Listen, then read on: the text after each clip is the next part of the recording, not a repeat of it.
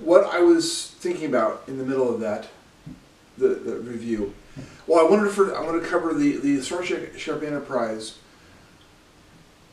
was modeled off of the buildings that I was just talking about. From the Arch of Titus, directly to the north is the Temple of Venus. Directly ahead is the Colosseum. Directly to the right, to the south is the Domus Julii, the Palace of the Julii, and the building the building complex that's the farthest, closest north to the edge is a temple that held for a while one of the primary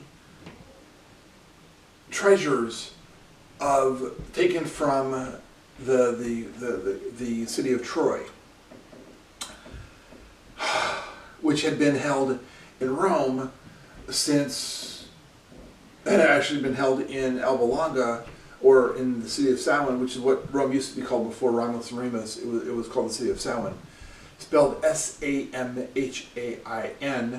pronounced Saven, S-A-V-E-N, although S-A-V-E-N and the Arabic 7 did not exist yet. So they went with the Gaelic, since it was a language that was still in existence, the Manx Gaelic of Saven, as the name of the city, which goes along with the Saven. You know it better as Halloween, October 31st, which we just passed. Just a few hours past a month ago, and it is now December 1st, as the tree indicates. But what I was thinking about, the Starship Enterprise in direct comparison to a Masonic Lodge. The Starship Enterprise directly compares to the Masonic Lodge, where you have the Inner Sanctum Sanctorum, the floor, and the altar, and then you have the risers up to the officer position here and the officer position here, and then the gallery. So you have the gallery, and so you have the extensions from the altar, which would be metaphorically the warp core, and then the nacelles, the warp engines, and then the warp engines on both which is metaphorically compared to the Elder Futhark calendar. Well, actually, the calendar of the Futhark.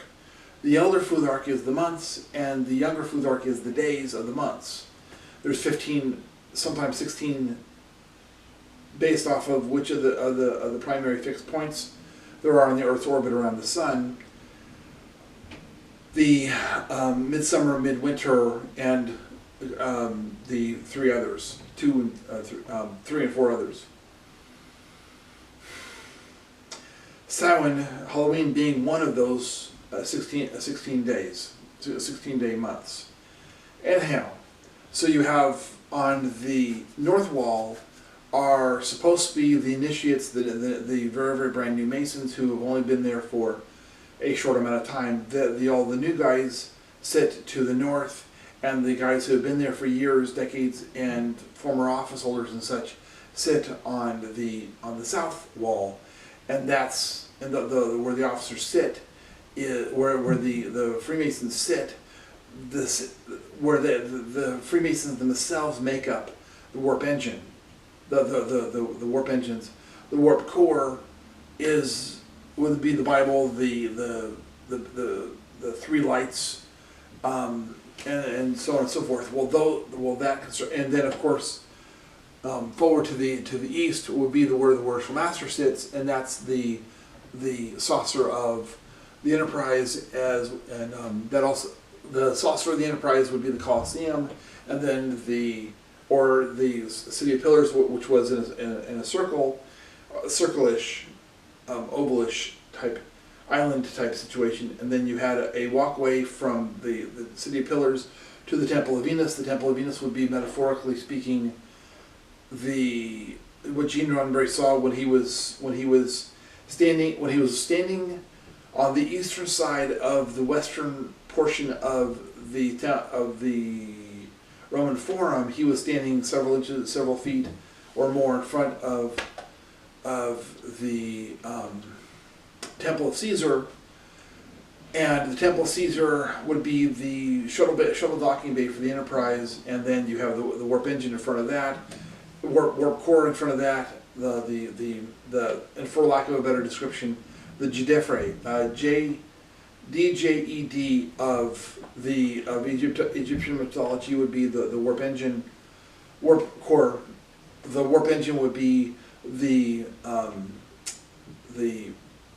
south warp engine would be the Palatine Hill and the specific palaces up on there, and the other side, the north side warp engine would be the Imperia Fora, which had other highly specialized and specific treasures from the Trojan War and the Trojan culture. There are Trojan treasures here, Trojan treasures here, the Temple of Venus, and the Jeded.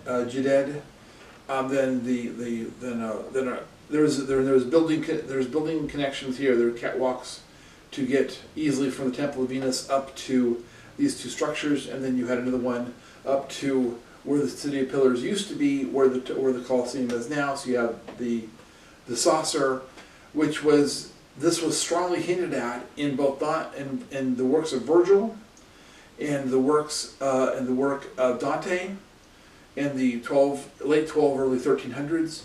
More than 150 years later, the works of Da Vinci, and the guy that actually painted the pit of hell based on Dante's description of 100 and some years earlier.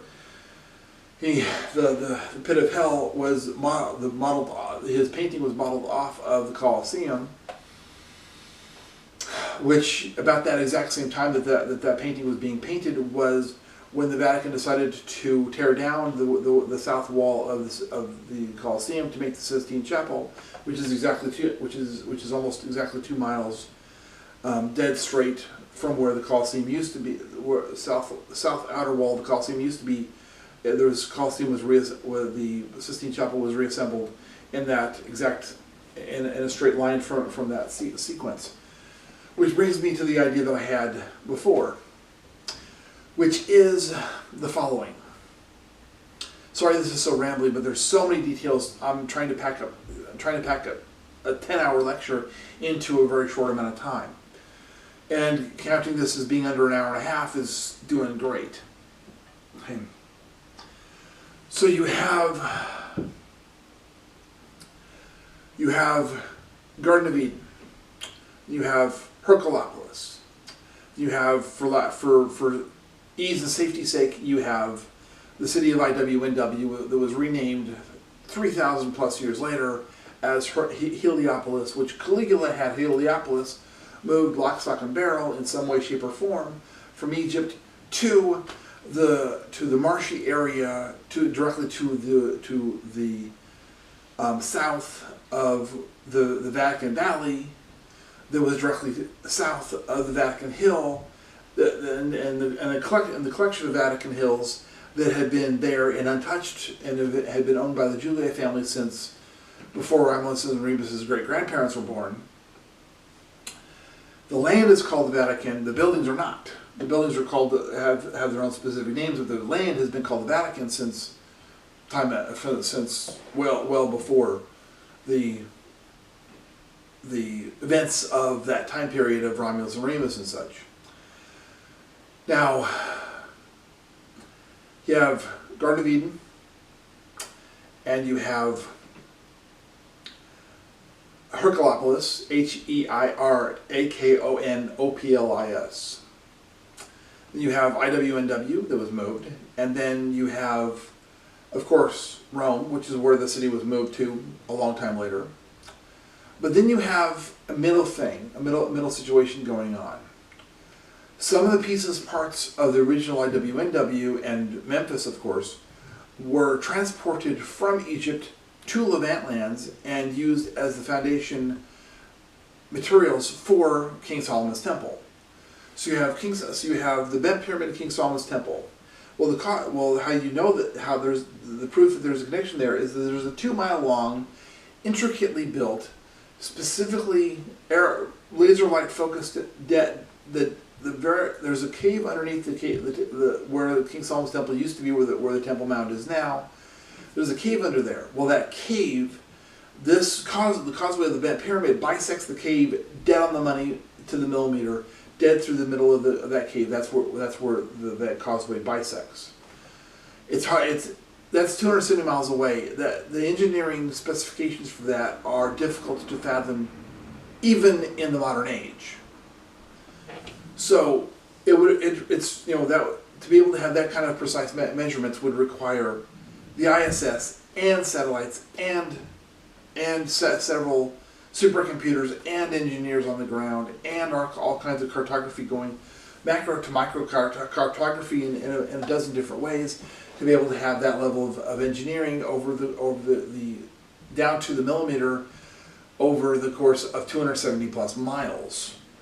Plus the fact that let's ignore the fact that the Mediterranean and the Red Sea are between them, and Syria, as well as the entire eastern portion of the northeast Africa, from the desert from the Nile east all that stuff is in the way. Plus the fact that the Nile River is in the way, so you have river and a sea and a much bigger sea and all kinds of other stuff